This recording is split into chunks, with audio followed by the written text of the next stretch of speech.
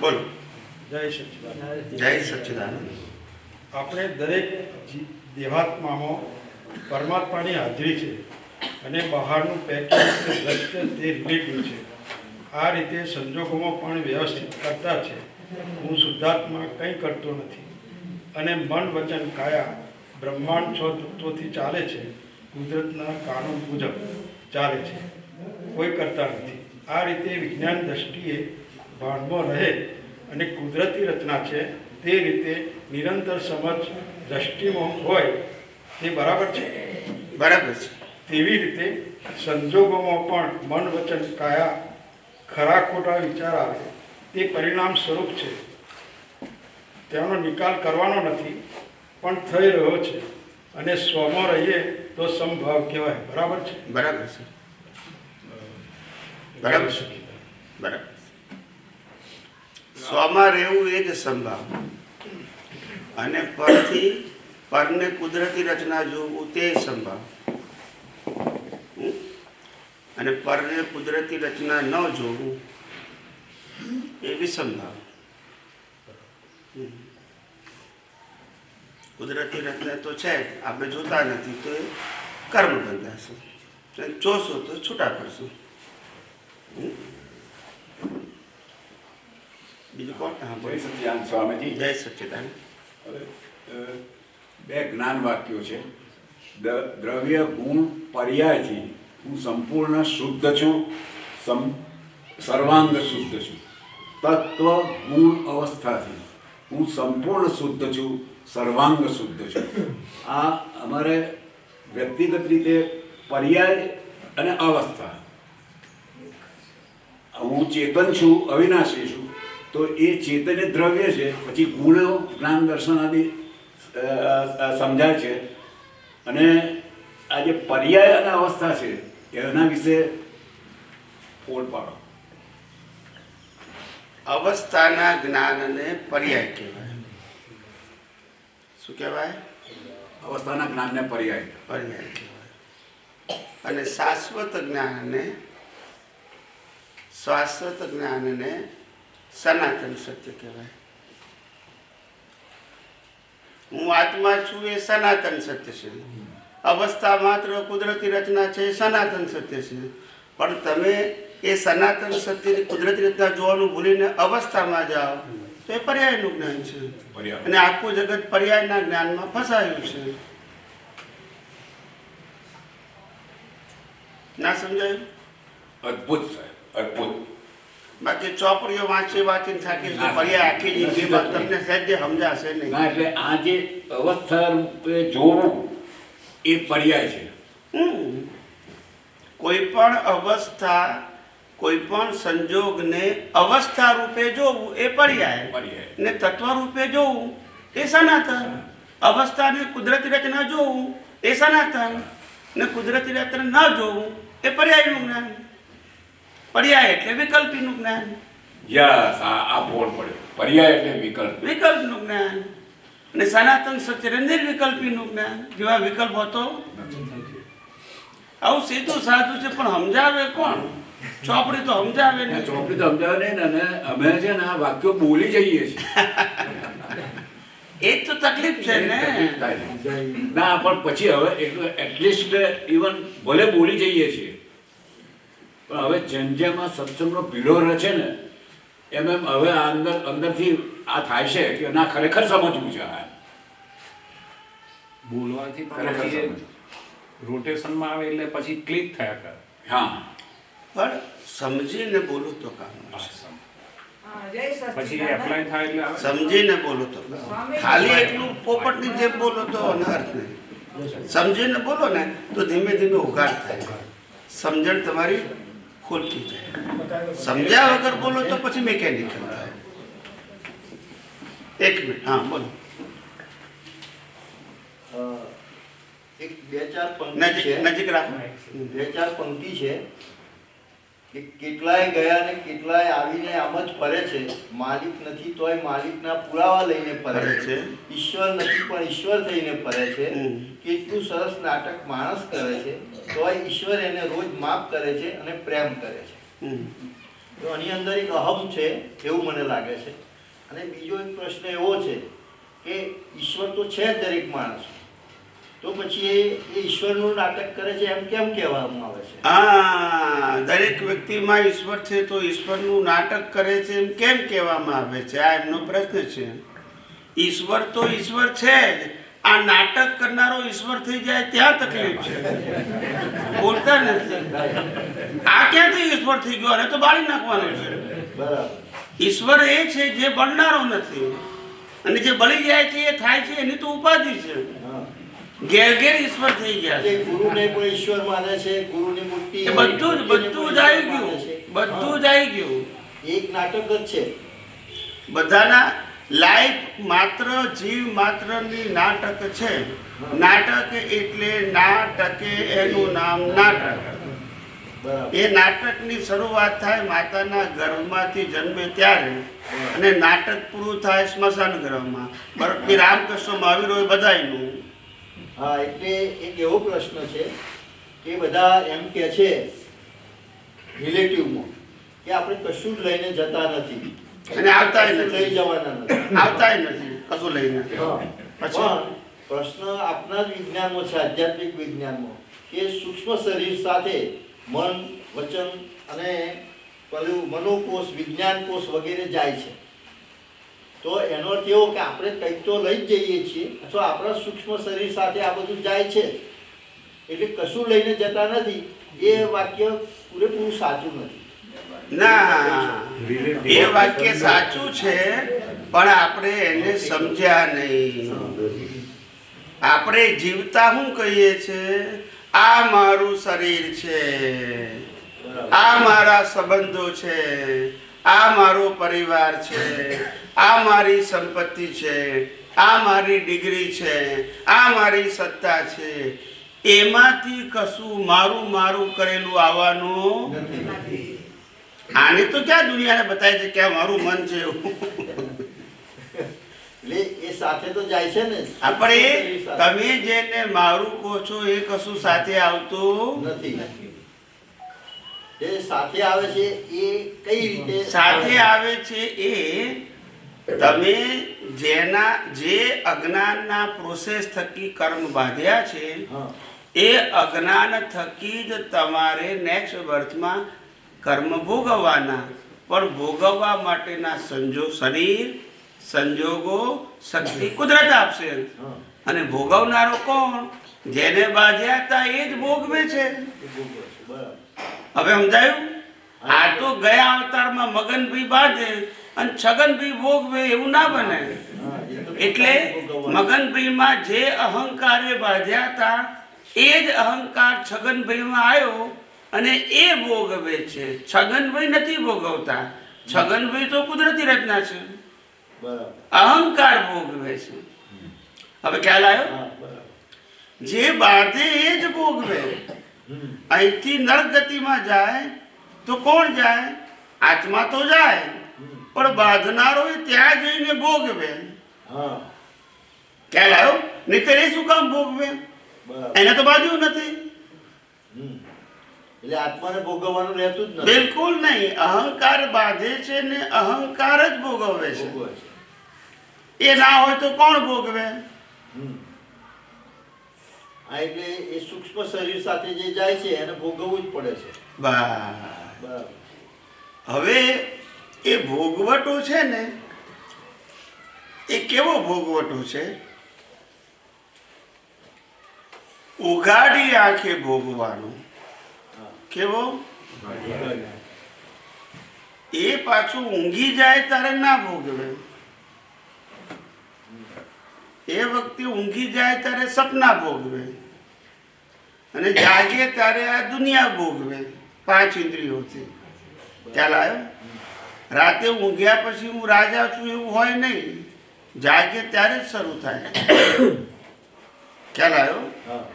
એવું પગ દુખતો હોય, ભયંકર દુખતો હોય ને આખો દિવસ ભોગવ્યું જ છે એ દુખાવો, જેવો ઊંઘી જાય દુખાવો બંધ, બરાબર. જાગે પાછો. ચાલો. એટલે ભોગવટાના પ્રકારો છે. બરાબર. ખ્યાલ આવ્યો? પછી કેવા પ્રકારો હોય? કે અહીંયા નાની ફૂલ્લી થઈ હોય અને દુખતું હોય, ખ્યાલ આવ્યો? દુખતું હોય આપણને, પણ આ ફૂલ્લી થઈ હજુ તો મટી નથી, એ પહેલા પગ ભાગી જાય તો આ દુખાવો મટી જાય. ના સમજાય? હવે સમજી ગયા. કોઈને 5,000 રૂપિયા આપ્યા હોય ને 6 મહિના સુધી ના આપતો હોય, ધક્કો ખાવા છતાં, ખ્યાલ આવ્યો? એનું ટેન્શન રહે. પણ બીજો 5 લાખ લઈ જાય ને તો 5,000 ભૂલી જાય પાછું. ના સમજાયું? મોટું દુઃખ આવે. ખ્યાલ આવ્યો? બરાબર. આવું છે સાહેબ. આ સમજવા જેવું છે. આ બધું ચોપડીઓમાં ના હોય.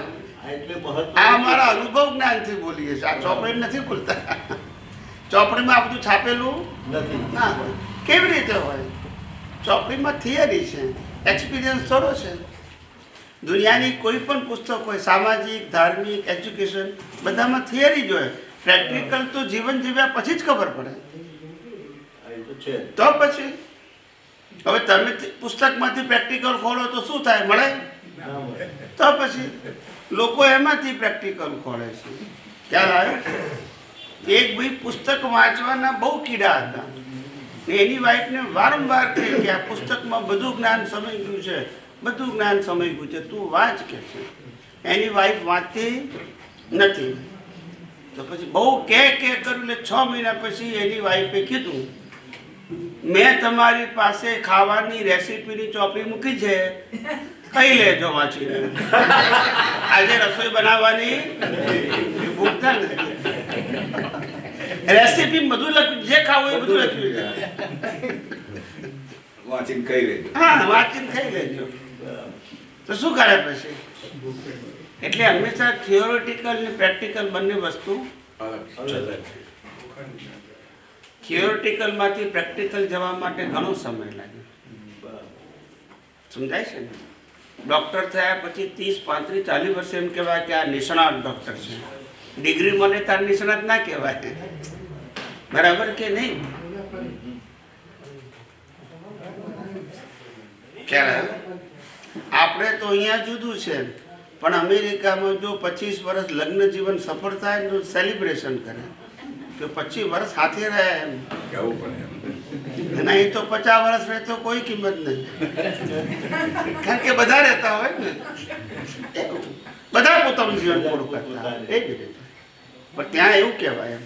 એટલે આ બધું સમય, સંજોગો અને સ્થળના આધારે છે.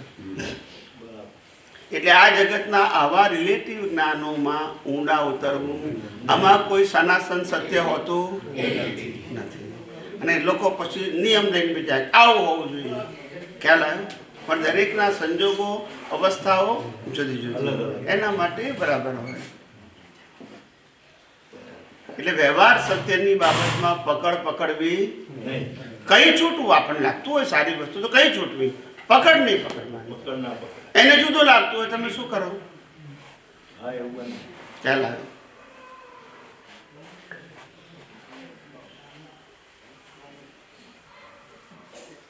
બોલો, બીજું કોઈને પૂછવું હોય તો પૂછો.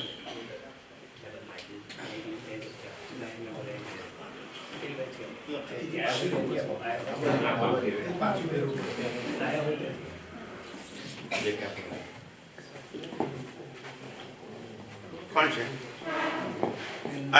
આપો આપો. આત્માના પ્રકાશમાં પર્યાયો ઝળકે છે. તો એક ઝળકે છે, આમ ખબર પડી જાય ઘણી વાર કે આ છે, આમ છે. એ સાચું છે? પર્યાયો ઝળકે છે. હા. જે રીતે પર્યાયો? એક મિનિટ, ખબર સાહેબ. સૂર્યનારાયણ હોય, વચ્ચે એક ઝાડ હોય. ધારો કે જગ્યાએ મને શરીરના પ્રકાશમાં જે રીતે પાંદડા હલે અને જે આમથી આમ આપણી દાદાવાણીમાં મેં વાંચેલું છે, આમથી એમાં રીતે આત્માના પ્રકાશમાં પર્યાયો ઝળકે. તમને ખબર પડે ઘણી વાર. એ સમજાવવાનું.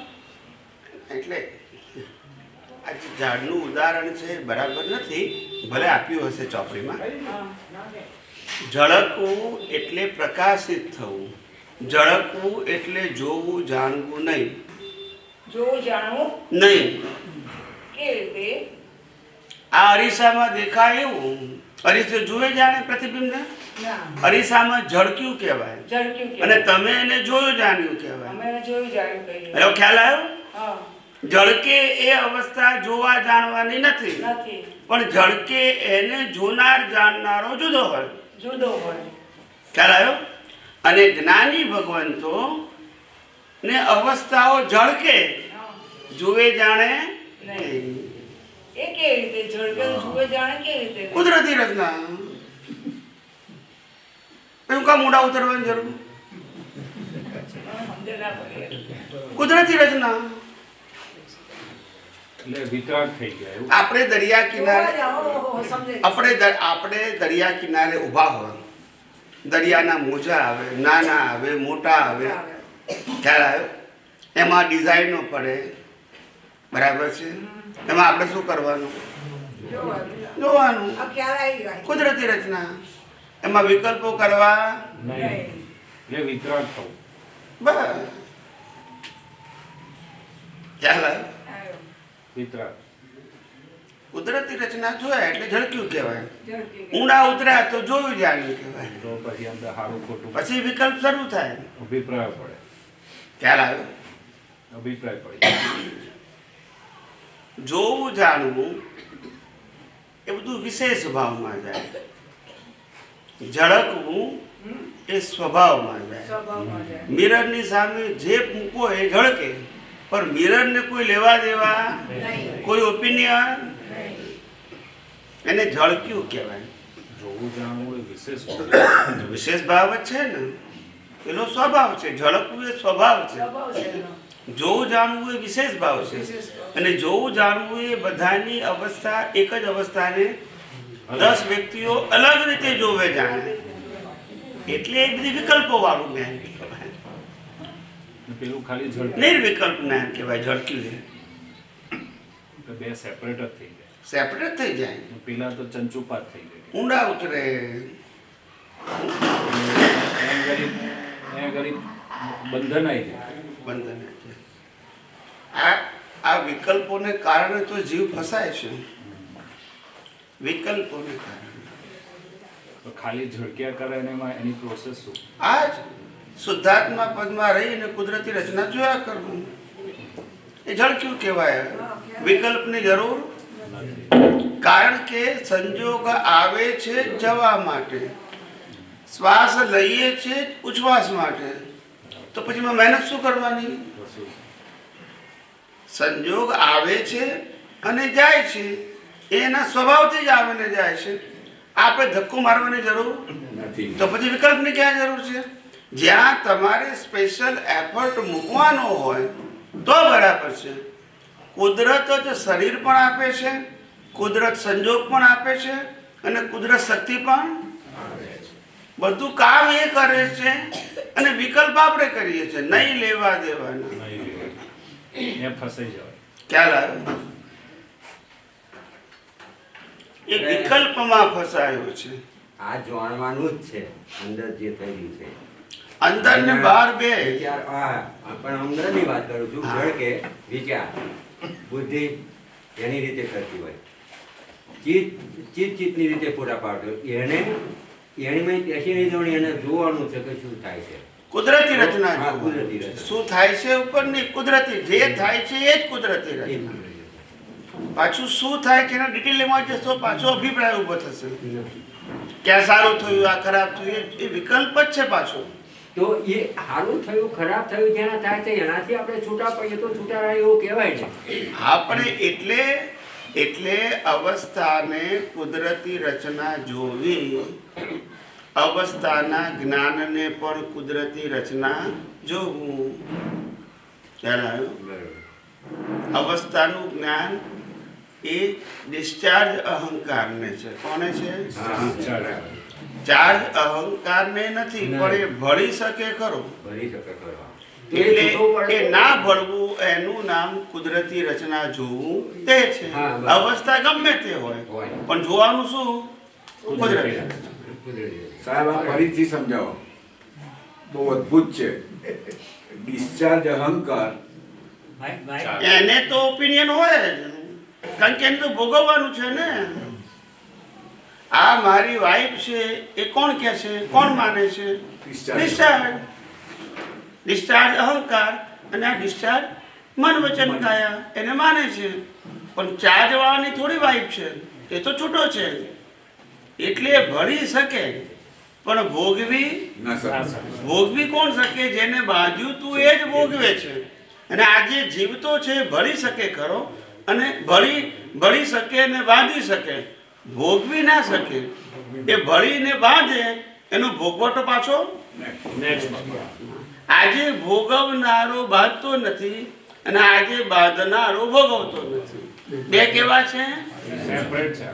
આજે ભોગવે છે એ મરેલો અહંકાર છે અને આજે બાંધે છે જીવતો અહંકાર. એટલે આ જીવતો અહંકાર બિલકુલ ભોગવતો જ નહીં, કિંચિત માત્ર પણ નહીં ભોગવતો, એવું ને માન જ છે ને. જીવતો અહંકાર ભોગવતો નથી એટલા માટે કારણ કે જીવતો અહંકાર તો ફ્રેશ છે, બરાબર. એ બાંધે પછી ભોગવશે ને. ફરી ભોગવ્યા. આ અત્યારે ભોગવે છે એ તો ગયા અવતારમાં બાંધીને આવ્યો છે એટલે ભોગવે છે. આપણો જ પડતો. ક્યારે આવ્યો? બરાબર. હવે અત્યારે આ જીવતો અહંકાર બાંધે ને તે આવતા અવતારમાં ભોગવશે. સમજાયું? પણ અત્યારે માન જ છે, એમાં મુશ્કેલી થાય ફરી અવતાર. એ તો એને તો જ્ઞાન કીધું. હું કરું એ મેં ભોગવ્યું, મેં વિચાર્યું, હું બોલ્યો, મારું છે. આજ તો જીવતા ભાગ માટે અજ્ઞાન છે. તો કે આ બધું છે શું છે? તો પછી ભોગવ્યું છે, હું માલિક છું, કર્યું પણ મેં છે, વિચાર્યું પણ મેં છે, બોલ્યું પણ હું છું, એ શું છે? તો કે આ બધું છે કુદરતી રચના. એ ડિસિઝન પાકું થવું જોઈએ, પાકું થવું છે. નિર્ણય પાકો. એ ચાર્જ અહંકારનું ફંક્શન છે. જ્ઞાની પુરુષ દાદા ભગવાને કહ્યું કે અવસ્થા માત્ર કુદરતી પણ સમજાયું નહીં ને. ના. આ વિજ્ઞાન સમજાયું ત્યારે ખબર પડી. પહેલા ક્યાં ખબર હતી? ના. પહેલા તો બોલી જ જતા હતા અવસ્થા માત્ર કુદરતી. પણ સમજ્યું તો કોણ? નથી. આ ફોડ ખ્યાલ આવ્યો? ને પણ આ એ બોલતા આ ક્ષણ આવી કે હવે સમજવું છે. તો એ દાદા ભગવાનનો અસીમ ઉપકાર ના એમ નહીં, એમની પાસે તો સમજણ અનુભવ હતો હતો જ ના. પણ એમને કહેલી વાતોને લોકો ના સમજ્યા એની વાત કરો. અને વાત સાચી છે, કારણ કે હવે આ તો આ વિજ્ઞાન આવ્યું ત્યારે તમને ખબર પડી, નહીતર પહેલા જ્ઞાન હતું, વિજ્ઞાન નતું. એટલે પહેલા એ કરોથી હતું જ. આ વિજ્ઞાન થી છૂટું પડી ગયું. કરનારો જુદો ને હું જુદો, બસ કરનારો તો લઈને જ આવે. લઈને આવ્યો છે. આપણાથી ખુલ્લું કર્યું, હે આપણાથી જ ખુલ્લું કર્યું. આ વિજ્ઞાને બધું ખુલ્લું કર્યું. આ વિજ્ઞાને બધું જ ખુલ્લું કર્યું. જોવું જાણવું અને જોનાર જાણનારમાં થોડું એક જ ને. એક જ વસ્તુ. એ જોવું જાણવું જેનો સ્વભાવ છે એ જ જુએ જાણે છે. જેનો સ્વભાવ ના હોય કેવી રીતે જુએ જાણે? ખ્યાલ આવ્યો? જય સચિદાનંદ. જય સચ્ચિદાનંદ. એટલે બાકી અનુભવ જ્ઞાનથી નીવડો છે. તો અનુભવ જ્ઞાન થવા કેમ નથી દેતું? અનુભવ કોણ રોકે છે ને અનુભવ જ્ઞાન થવા કેમ નથી દેતું? અજ્ઞાન માન્યતા. પણ અજ્ઞાનતા તો જ્ઞાન તો આપી દીધું, જ્ઞાન તો મળી ગયું. હા, જ્ઞાન મળી ગયું એટલે જ્ઞાન આપેલું છે, અનુભવનું નથી. ખ્યાલ આવ્યો? પરિણામ ત્યારે જ્ઞાન તો આપી દીધું. તમે આથી અસ્પન અને તમે આથી વાય. પણ અનુભવ ક્યારે થયા? 50 વર્ષે ખબર પડે કે અસ્પન કોણે કહેવાય. એ વખતે ખબર ના પડી એટલે પછી કહો ટાઇટલ મળી ગયું આપણને. 50 વર્ષે આપણે કેટલા દહેડા કર્યા તારે અસ્પન કહેવાય. એને અનુભવ કહેવાય, પેલું ટાઇટલ કહેવાય. ટાઇટલ ને જ્ઞાન કહેવાય. પેલો 50 વર્ષે શું કહેવાય? અનુભવ કહેવાય. કેટલા આટાપાટા જ્ઞાન તો બરાબર છે, જ્ઞાન તો પ્રાઇમરી વસ્તુ છે, બેઝિક વસ્તુ છે. પણ અનુભવ થાય ત્યારે એ જ્ઞાન તમને રિયલાઇઝ થયું કહેવાય, નહીં તો નોલેજ છે. નહીં તો નોલેજ છે. નોલેજ ને જ્ઞાન કહેવાય. ખ્યાલ આવ્યો? અનુભવ જે છે એ તો અલ્ટિમેટ છે. પછી એમાં કોઈ બીજા કોઈને કહેવાની જરૂર, પોતાને જ અનુભવ થાય પછી સ્વયં પ્રમાણ. પોતાના જન્મ હતો એ right. તો જ અનુભવ કહેવાય ને સાહેબ. બીજાને અનુભવ મારે શું કામનું? બીજાને અનુભવ થાય તું મને જ્ઞાન આપી શકે, પણ પાછો અનુભવ તો મારે તો જ કામનું છે. નહીં તો જ્ઞાન, જ્ઞાન તો ખાલી શબ્દ છે. શબ્દ જ્ઞાનથી નિવેડો, અનુભવ જ્ઞાનથી નિવેડો છે. જ્ઞાની પુરુષ દાદા ભગવાનનું આપતા સૂત્ર. અનુભવ જ્ઞાન.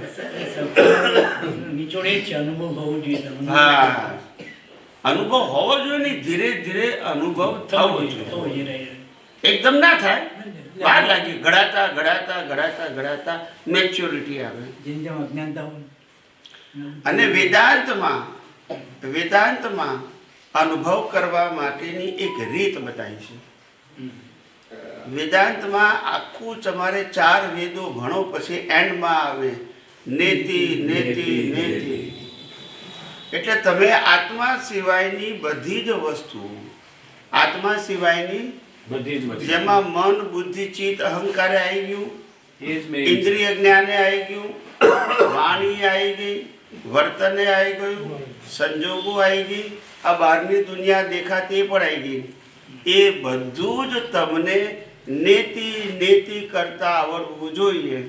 નેતિ એટલે ગુજરાતીમાં કહેવાય નોય મારું. ના સમજાય? હા, નોય મારું એટલે આત્માનું. બસ એટલે એ ખસ્તા નેતિ નેતિ કરતા આવડવું ખસ્તા ખસ્તા પોતે પોતા પર આવું. બસ બધું જ. અને આપણે એ નેતિ નેતિ કરવા માટેનો સીધો રસ્તો બતાવ્યો. અવસ્થા માત્ર કુદરતી. બસ એ જ નેતિ થઈ ગયું. કુદરતી રચના એટલે મારી બની ગયું. વિકલ્પો એમના સમય સમય મહાપુરુષોએ શબ્દ અલગ આપ્યા હોય પણ મર્મ તો એક જ છે. એક જ છે. દાદા ભગવાને વ્યવસ્થિત શક્તિ કીધું. વાત એક જ હતી પણ સમજાવવું જોઈએ ને. કોઈ પણ જ્ઞાન ન સમજાય ત્યાં સુધી વિજ્ઞાન ના કહેવાય, જ્ઞાન કહેવાય. ખ્યાલ?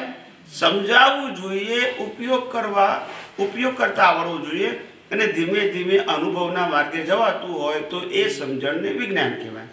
ખાલી શબ્દનું ચેન્ટિંગ કરીએ એને વિજ્ઞાન કહેવાય નહીં. ઉપયોગ કરવાથી જ અનુભવમાં આવશે. ઉપયોગ કરવાથી, અને તે દ્રષ્ટિથી કરવાનો છે. દ્રષ્ટિ. જ્ઞાન દર્શનથી ઉપયોગ કરવાનો છે. મન વચન કાયાથી નહીં. નથી કરવાનો. એટલે એને વિજ્ઞાન કીધું. સ્વામીજી, અનુભવ જે છે એ માઇક આપો.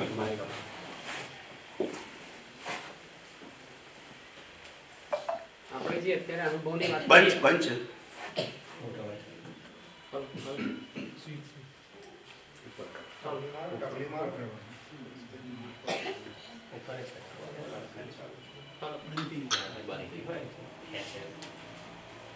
શું થયું? હાલો. બંધ કરીને ચાલુ કરો ને, ફરીથી બંધ કરીને ચાલુ કરો ને. હાલો. તો અહીંથી ધીમો થઈ ગયો છે.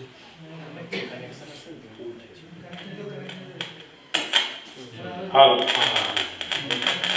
ચાલો ચાલો બોલો. આપણે જે અનુભવની અત્યારે વાત કરી એ અનુભવના સ્ટેજ હોય, આંશિક અનુભવ હોય કે પૂર્ણ અનુભવ હોય, એ શું? આંશિક જ આંશિક જ હોય. આંશિક જ હોય. ધીમે ધીમે થાય. હા, અને આપણે જે આ અધ્યાત્મ વિજ્ઞાનનો સનાતન સત્યનો આપણે જે કુદરતી રચના છે એનો ઉપયોગ જ્યારે કરીએ છીએ ત્યારે ઘણીવાર આપણી જોડે સંજોગો ઉતાર ચઢાવના આવે છે. હવે એ ઉતાર ચઢાવના જ્યારે સંજોગો આવે છે ને ત્યારે શી જાગૃતિ રાખવી, અથવા ત્યારે જે અમુક વાર ખબર પડી જાય છે કે ભાઈ આટલા સમય દરમિયાન કે આ જ્ઞાનનો ઉપયોગ થઈ શક્યો નથી, અથવા કુદરતી રચના જોવામાં થોડી તકલીફ આવી છે. પછી અમુક સંજોગોમાં એવું ખબર પડે તો એ જે ખબર પડે છે એ જે ભાગ છે એ પણ જ્ઞાનનો ઉપયોગ જ છે કે પછી બીજું કઈ છે? એ જ્ઞાનનો ઉપયોગ છે. ખબર પડે એ જ્ઞાનનો જ ઉપયોગ કહેવાય. તો પછી આ ઉતાર ચઢાવમાં પછી અમુક વાર ડીમોટિવ કેમ થઈ જવાય છે? ઉતાર ચઢાવ તો અવસ્થા છે. શું છે? ભોગવટાની અવસ્થા છે. પણ ત્યારે ઘણીવાર એવું લાગી જાય તમને છે તમને કોઈ તમારી પાસેથી 2 લાખ રૂપિયા લઈ ગયું હોય તો તમારે 24 કલાક ભોગવું? ના. જો કેવું સમજાય છે? એનું નામ ઉતાર ચડાવ કહેવાય. 2 લાખ તો ગયા જ છે, પણ 2 કલાક યાદ આવે, કોઈ 6 કલાક ભૂલી જાય, પછી 2 કલાક પછી યાદ આવે તો ભોગવટો. એને ઉતાર ચડાવ કહેવાય. ખ્યાલ આવ્યો? બરાબર છે. એ ઉતાર ચડાવ એ ભોગવટો જ છે. એટલે એમાં એપ્લાયમાં કોઈ બીજો કોઈ ફેર પડતો નથી. એપ્લિકેશન તો થાય છે તે, પણ આ સંજોગોને લીધે આવું થઈ શકે. આમ શેઠ કે મારી પાસે સાહેબ 5 કરોડ રૂપિયા પડ્યા છે બેંક બેલેન્સમાં, ખ્યાલ આવે? એને આનંદનો ભોગવટો છે. પછી કોઈ 2 દિવસ પછી કે પેલી બેંક છે ને હવે બંધ થવાની છે, તો પાછું દુઃખનો ભોગવટો થાય. પૈસા તો બેંકમાં જ છે, પણ જેવું સાંભળ્યું કે પાછું દુઃખનો ભોગવટો. આ બધા ઉતાર ચઢાવ એ ભોગવટો છે, કર્મના ફળ છે બધા. બીજું એક દાદાનું આપતા સૂત્ર છે 4216. મનની બધી જ ક્રિયાઓને ડિસ્ચાર્જ સમજી ગયો, વાણીની બધી જ ક્રિયાઓને ડિસ્ચાર્જ સમજી ગયો, દેહની બધી જ ક્રિયાઓને ડિસ્ચાર્જ સમજી ગયો એટલે થઈ રહ્યું.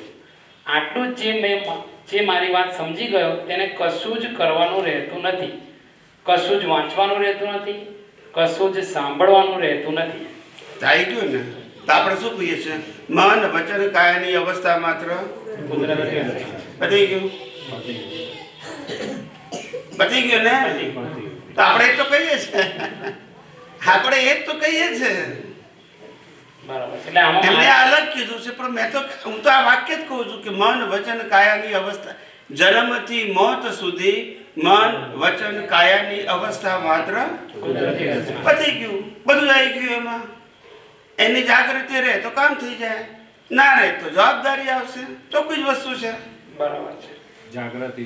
આજ તો આપણે વિજ્ઞાનમાં કહીએ છીએ, બીજું નવું ક્યાં કહીએ છીએ? બીજું જે આપણે જે અત્યારે જે અનુભવની વાત કરીએ છીએ, હવે અત્યાર સુધી જે આપણું જે બુદ્ધિ છે અથવા આપણો જે ગોલ એવો છે કે સ્થૂળ વસ્તુનો અનુભવ કરવા ટેવાયેલા છે. હવે અત્યારે શું છે કે અત્યારે જે આપણે જે સૂક્ષ્મ વસ્તુ જે છે એનો અનુભવ કરવાનો છે. હવે એ બાહ્ય ઇન્દ્રિયોથી દેખાય વસ્તુ છે નહીં, એટલે ત્યાં આગળ જે એફર્ટ કરવાનો થાય છે ને તેના લીધે પેલું જે આદત પડી ગઈ છે અનાદિકાળની, જેના કારણે જે અનુભવ આમ સ્પીડલી થવો જોઈએ એ થતો નથી. તો એની માટે કંઈક એવું કોઈ બ્રહ્માસ્ત્ર ખરો આપણી જોડે કે એનું થાય? એટલે કીધું ને આપણે કે અવસ્થાની અનુભૂતિને નેતિ જાણવું, કુદરતી રચના. અવસ્થાની અનુભૂતિ થાય, આપણે પેડો ખીએ ગળ્યો ના લાગે, એ અનુભવ જ છે ને. ખ્યાલ ને? એ ઇન્દ્રિય ગમ્ય અનુભવ છે, એ આપણો અનુભવ નથી. આપણો એટલે આત્માનો અનુભવ માટે નેતિ. આ અનુભવ પણ મારો નથી. કોઈ આપણું અપમાન કરે અને જે અનુભવ થાય એ અનુભવ પણ મારો નથી. બસ છૂટા પડો. નેતિ એટલે જો નેતિ કહો કે કુદરતી રચના કહો, તો પેલી સાઈડ નો ખુલે જ પછી આ ખસતો જાય એટલે પેલું ખુલતું જાય. ખુલતું જાય એટલે પછી અજ્ઞાનનો નાશ થાય એટલે વિજ્ઞાન ખુલતું જાય. વિજ્ઞાન ખુલતું જાય એટલે એ પરિપક્વ થાય. પ્રમાણ શું? પરિપક્વ થાય, મેચ્યોરિટી આવે. એનું પ્રમાણ થાય ને? પ્રમાણ શું એમ? ચોક્કસ વળી. એટલે એમાં પછી શું એના પેરામીટર શું, માપદંડ શું? મેચ્યોરિટી આવે એટલે સભાન થાય. સભાન એટલે આવું છે. જેટલી મેચ્યોરિટી આવી એટલું સભાન કહેવાય, ને જેટલી મેચ્યોરિટી ના હોય તો બેભાન કહેવાય. બેભાન એટલે રિલેટિવ સત્યની વેલ્યુ, સભાન એટલે સનાતન સત્યની વેલ્યુ. બસ.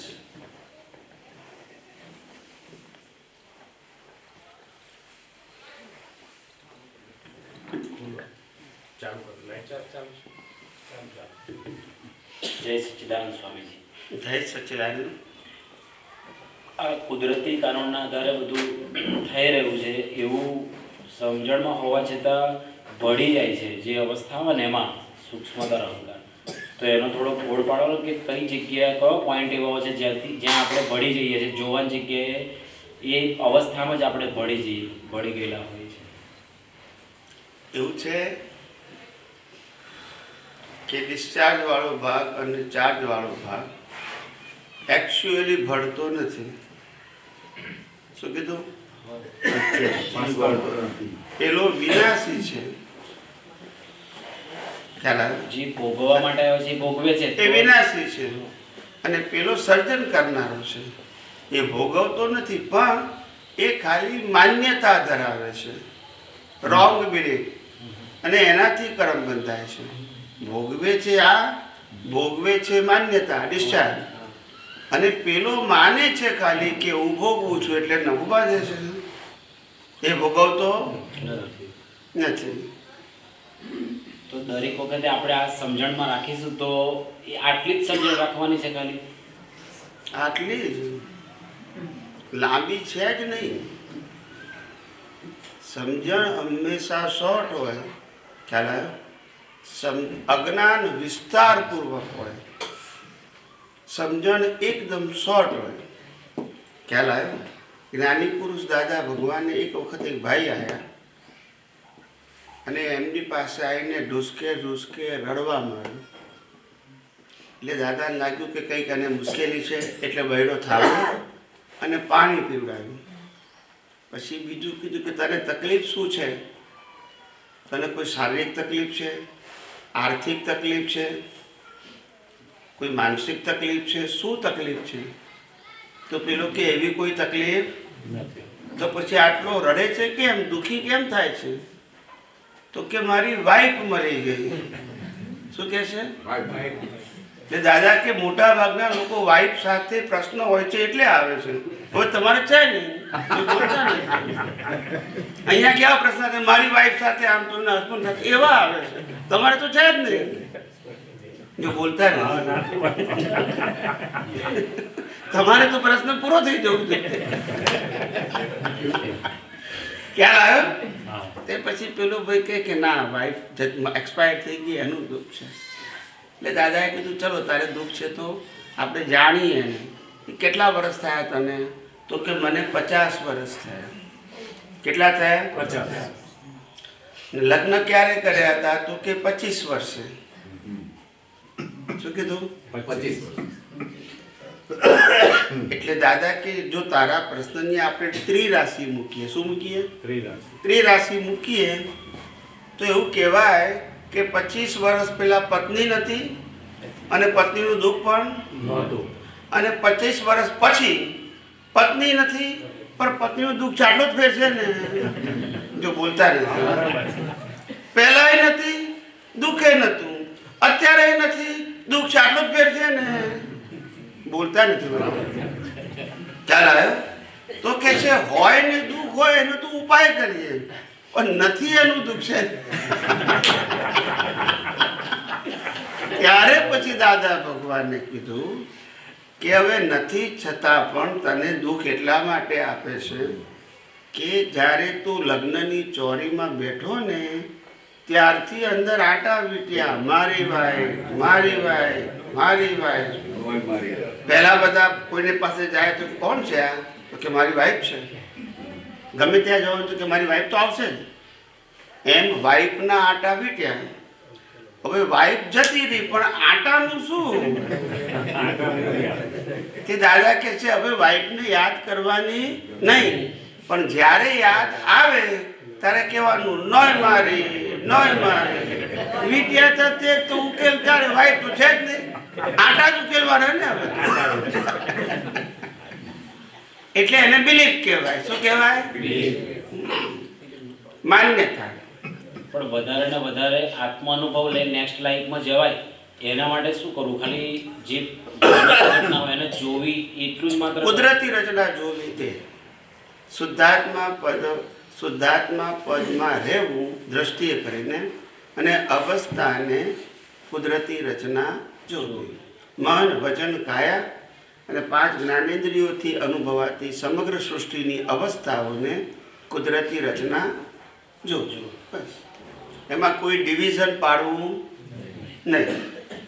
એક જ કુદરતી, ગમતું ના ગમતું, મારું તારું, સારું ખરાબ, આયુ ગયું, એવા બધા ડિવિઝન પાડવાના. ગમે તે થાય કુદરતી. સમજી ગયા? પણ અંતઃકરણને છૂટું પાડી જોઈ શકાય. જેમ કે આ સૂક્ષ્મતર અહંકાર ભોગવે છે તો હું એને જાણી શકું કે આ સૂક્ષ્મતર અહંકાર ભોગવી રહ્યો છે, હું આમાં મારું આમાં કશું છે જ નહીં, એવું કઈ રીતે મને અનુભવ થાય?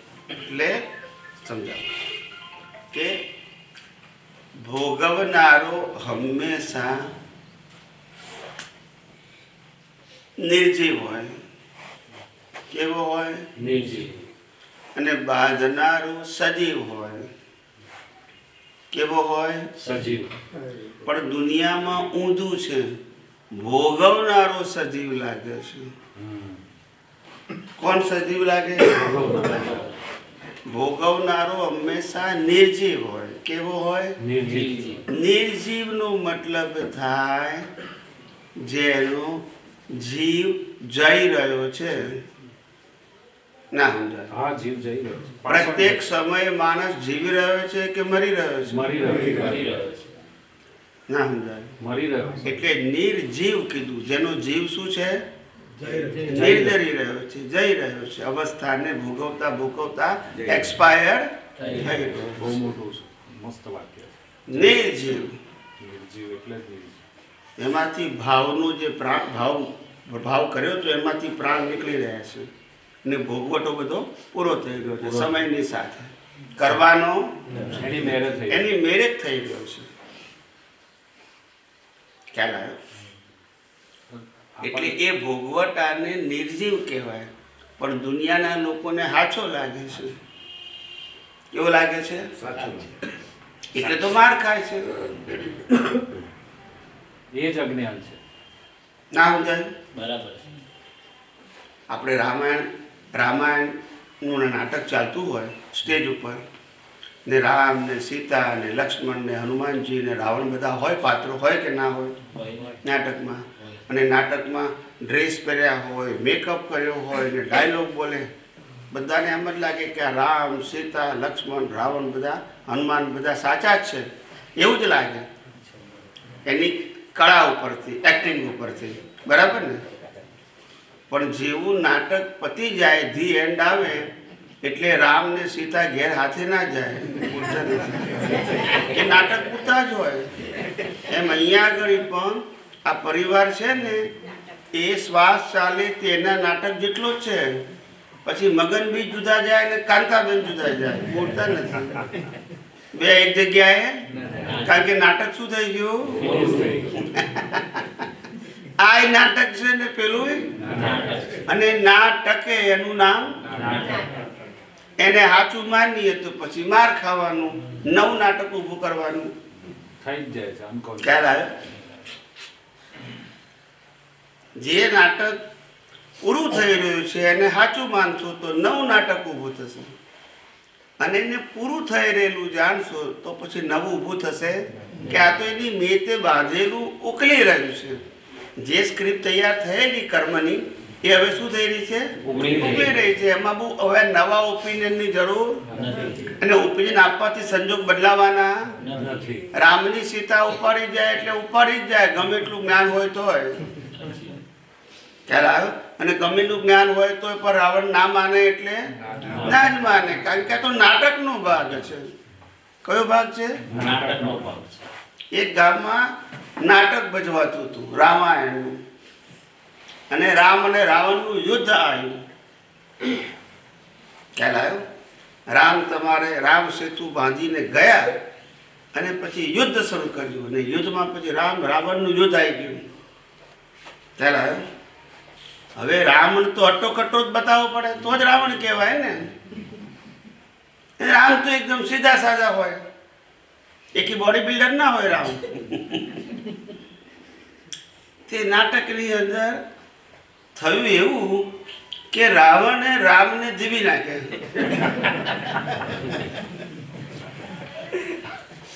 ખ્યાલ આવ્યો? તો મેનેજરે પડદો બંધ કરી દીધો અને બધાને કીધું નાટક હવે પૂરું થઈ ગયું. બધાને લાગે કે આ નાટકમાં આવું કેમ થયું કે છે. એટલે બધા નાટક ભજવાતું હતું એના પાછલા ભાગે ગયા, પાછળ હોય બધા, ત્યાંથી બધા ઘેર જાય. તો ત્યાં આગળ રાવણ બહાર નીકળ્યા એટલે પૂછ્યું કે યાર તમે યાર રામને માન નાખ્યા કે છે? રામ તો અમારી અસ્મિતા છે કે છે. અરે કે છે રામ મેનેજર છે, અઠવાડિયાથી પગાર નથી આપ્યો.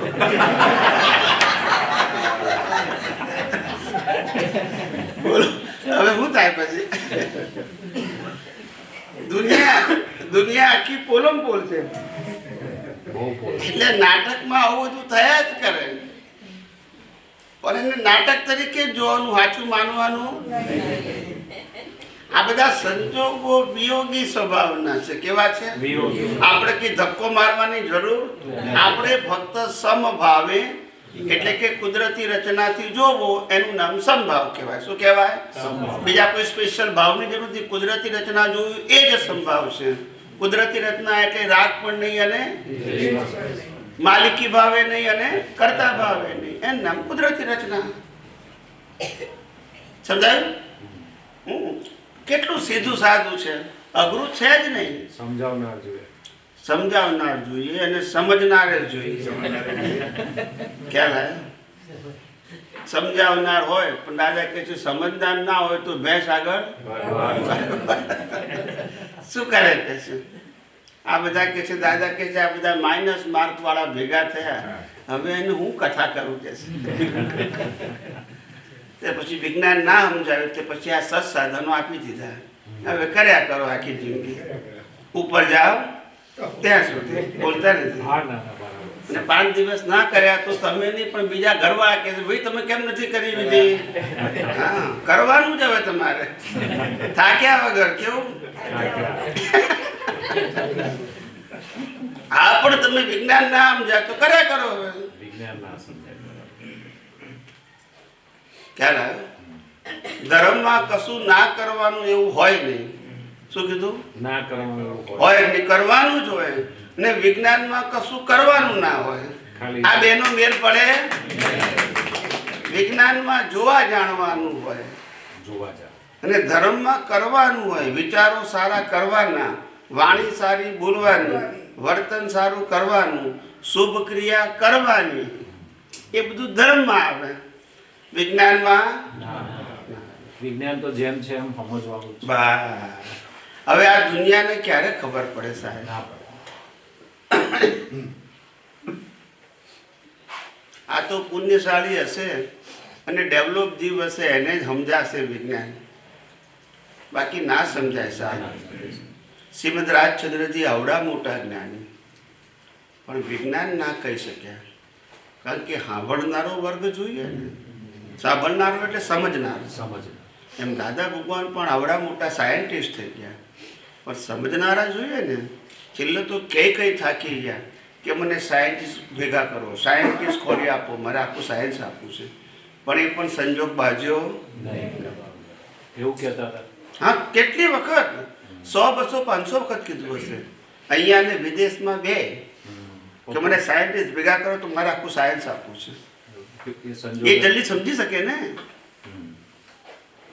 સાયન્ટિસ્ટ સાયન્સ સમજી શકે.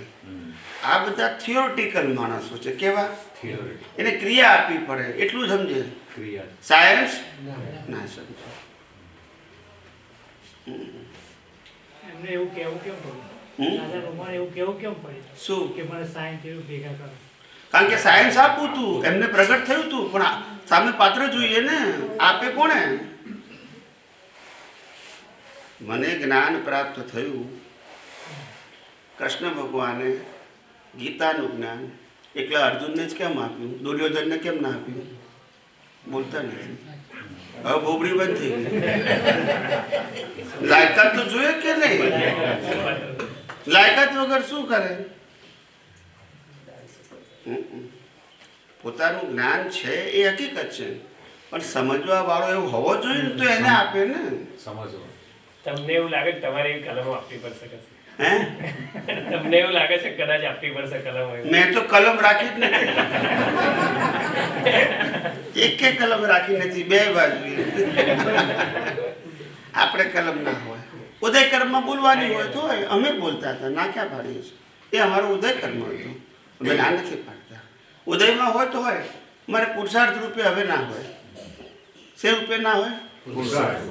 ઉદયમાં હોય તો બોલીએ ખરા, એવું કઈ ના. એ ફાઇલ નંબર 1 નો પ્રશ્ન છે, અમારા જ્ઞાન દર્શનનો પ્રશ્ન નથી. ના, એટલે અમને આપવી પડશે એવું નથી લાગતું એમ. જેવું દાદાને આપવી પડે એ રીતે. વિજ્ઞાન આપ્યા પછી આ કલમ હોય?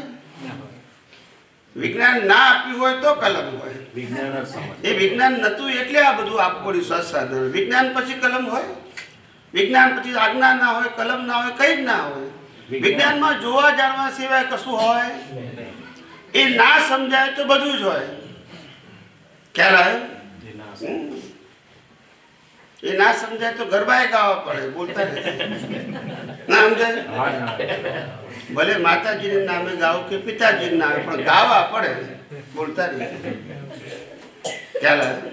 વિજ્ઞાનમાં કશું ના હોય. વિજ્ઞાનમાં તો જે ગાનારો છે એ જ કુદરતી રચના છે. હું ગાનારો માટે મારે ગાવાનું છે નથી ગાવાનું એ પ્રશ્ન આવતો, પણ આ પ્રકૃતિ ગાય તો એને કુદરતી રચના જોવું. એટલે મારે ગાવાનું છે પ્રશ્ન આવે, વિજ્ઞાનમાં ના આવે. મારે વિચારવાનું, બોલવાનું, કરવાનું એ પ્રશ્ન વિજ્ઞાનમાં, પણ જે વિચારે, બોલે ને ક્રિયા કરે એને જોવું, જાણવું એ મારો પ્રશ્ન છે, એને વિજ્ઞાન કહેવાય. એટલે વિજ્ઞાનમાં બોજો હોય, કારણ કે કરવાનું નથી ને, જોવાનું છે. વિજ્ઞાનમાં બોજો ના હોય. પેલામાં બોજો હોય કે આજે મારાથી આ ના થયું, આરતી ના થઈ, પૂજા ના થઈ, માળા ના ગણાય, મારાથી ઉપવાસ ના થયો, મંદિરે ના જવાય. થાય ને? વિજ્ઞાનમાં એવું ના હોય. એટલે શ્રીમદ રાજચંદ્રે બહુ જ સિમ્પલ કહી દીધું, છૂટે દેહાધ્યાસ તો નહીં કરતા તું, નહીં ભોગતા તું તેહનું, એ જ ધર્મનું મરણ, એ જ ધર્મથી મોક્ષ. છૂટે દેહાધ્યાસ, છૂટે દેહાધ્યાસ એટલે શું? હું કરું એ જ દેહાધ્યાસ. અને કરે છે કોણ એ સમજે તો ઉકલે. ત્યાં કરે છે કોણ એ વિજ્ઞાને સમજાયું કે કરે છે કોણ? કુદરત. કરાવે છે કોણ? કુદરત. શક્તિ કોની? કુદરતની. કરે છે, કરાવે છે ને શક્તિ તો એને કુદરતની છે. આપણે એ સંજોગોને ફક્ત કુદરતી રચના જોવાના છે. આપણે પોતે કશું કરવું ના કરવું એના ડિસિઝનમાં પડવાનું. કુદરત તમારા હિસાબ પ્રમાણે જે લઈને આવ્યા છો એવા ડિસિઝન લેવડાવશે. તમારી પાસે ઓપ્શન નથી. ઓપ્શન નથી. સમજાય છે? હા, બહુ મોટું વાક્ય છે. રામને વનવાસ જવું કે ના જવું એ ઓપ્શન નથી. ક્યારે? ફરજિયાત જન્મથી મોત સુધી મન, વચન, કાયાના બધા સંજોગો પર છે. બધા ઓલ. આ તો સમજાયું નહીં. આ વિજ્ઞાન સમજાયું ત્યારે તો બધા ધર્મોની અત્યારે પોલ ખુલ્લી પડી. આપણે પાડી નથી, વિજ્ઞાને ખુલ્લી પાડી. અમે નથી પાડી. અમે તો વિજ્ઞાન કહીએ છીએ કે દુનિયાના તમામ ધર્મો ફોર્મેટ છે. હવે ફોર્મેટ શબ્દ એટલે બધાને ખબર પડી ગયા, તો સાચવા વાત જ છે. આમાં કોઈ વિજ્ઞાન તો આવતું જ નથી. ફોર્મેટ જ છે. આજ ભગવાનને માનો, આજ ગુરુને માનો, આજ મંદિર માનો, આજ મંત્ર બોલો, આજ પુસ્તક ભણો, આજ ક્રિયા કરો, આજ સંસ્થાને માનો, આજ ગુરુ વર્તમાન ગુરુ શિષ્ય માનો, આજ વરઘોડામાં જાઓ. એ બધું શું છે? ફોર્મેટ છે. વિજ્ઞાન ક્યાંથી આવે? એ હવે બધાને ખબર પડવા માંડી. અને ખબર પડવા માંડી એટલે લોકો સાંભળવા માંડે. સોશિયલ મીડિયામાં પણ બહુ આ વસ્તુ ચાલે. બહુ બધા જ બનાવે છે. આપણે કોઈ પેઈ એમ્પ્લોઈડ સ્વયંભૂ બનાવે છે, બનાવે છે, મૂકે છે, બનાવે છે, મૂકે છે. તેમાં એજ્યુકેશન, આપણે કોઈ કર્મચારી રાખ્યા?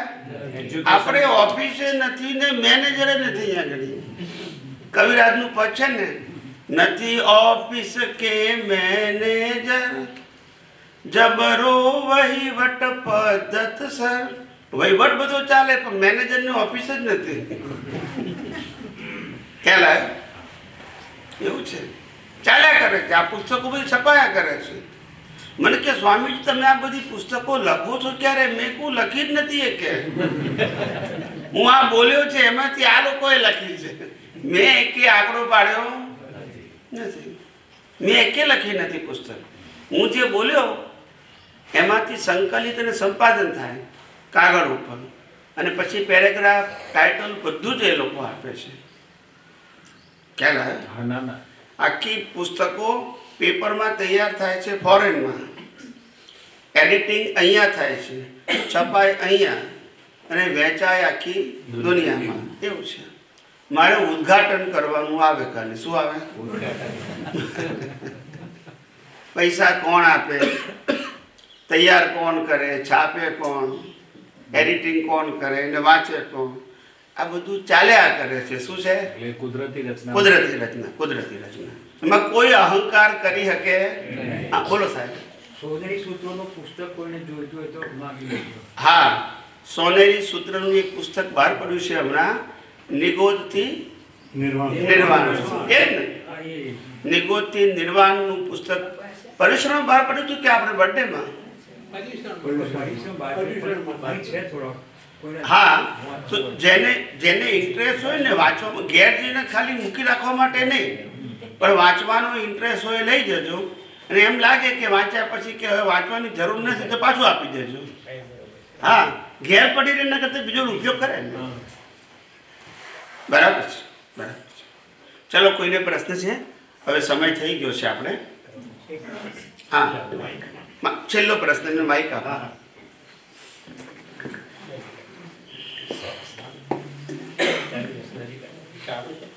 જય સચ્ચિદાનંદ. જય સચ્ચિદાનંદ. હવે આપણે કોલેજોમાં જે ભણીએ છીએ કેમેસ્ટ્રી, ફિઝિક્સ, બાયોલોજી, ઝૂલોજી ને એને ને આપણે આધ્યાત્મિકને કંઈ ઇન્ટરકનેક્શન કરવું એવું બધું? કારણ કે ત્યાં બધા ડિવિઝનો પાડેલા છે. એ બરાબર કે ભાઈ કેમેસ્ટ્રી છે, ફિઝિક્સ છે, બાયોલોજી છે, ઝૂલોજી છે, બોટોનિકલ છે, એ બધા વિજ્ઞાનની અંદર બધા ડિવિઝન છે. એ વાત બરાબર છે, પણ વિજ્ઞાન હંમેશા દુનિયામાં એક જ પ્રકારનું હોય, પણ વિજ્ઞાનનો ઉપયોગ ભૌતિક છે કે આધ્યાત્મિક, આટલો ડિફરન્સ હોય. દુનિયાના તમામ સાયન્ટિસ્ટો એ સાયન્સની જ વાત કરે છે, પણ એ લોકો ભૌતિક રિલેટેડ સાયન્સનો ઉપયોગ કરે છે.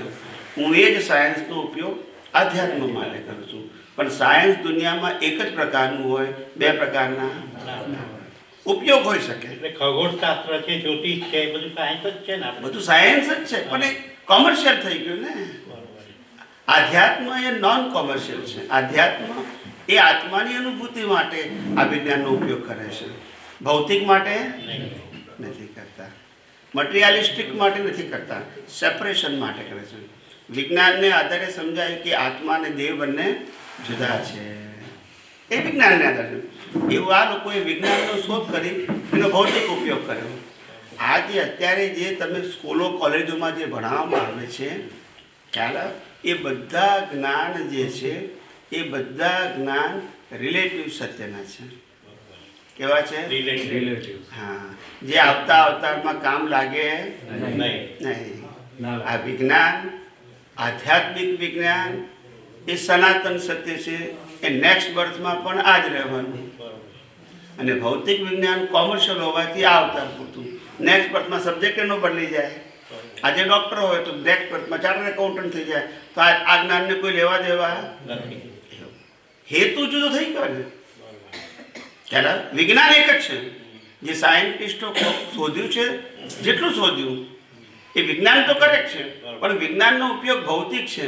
માટે નેક્સ્ટ બર્થમાં કેરી ફોરવર્ડ એ જ વિજ્ઞાન આધ્યાત્મમાં ઉપયોગ કરો અને અનુભવ કરો તો કેરી ફોરવર્ડ થાય. એને આધ્યાત્મિક ડેવલપમેન્ટ કહેવાય. એવું પરમેનન્ટ છે ને આ ટેમ્પરરી. આ ટેમ્પરરી છે. આ અવતાર પૂરતું રહે. જય સચિદાનંદ. ચાલો પ્રાર્થના કરીએ.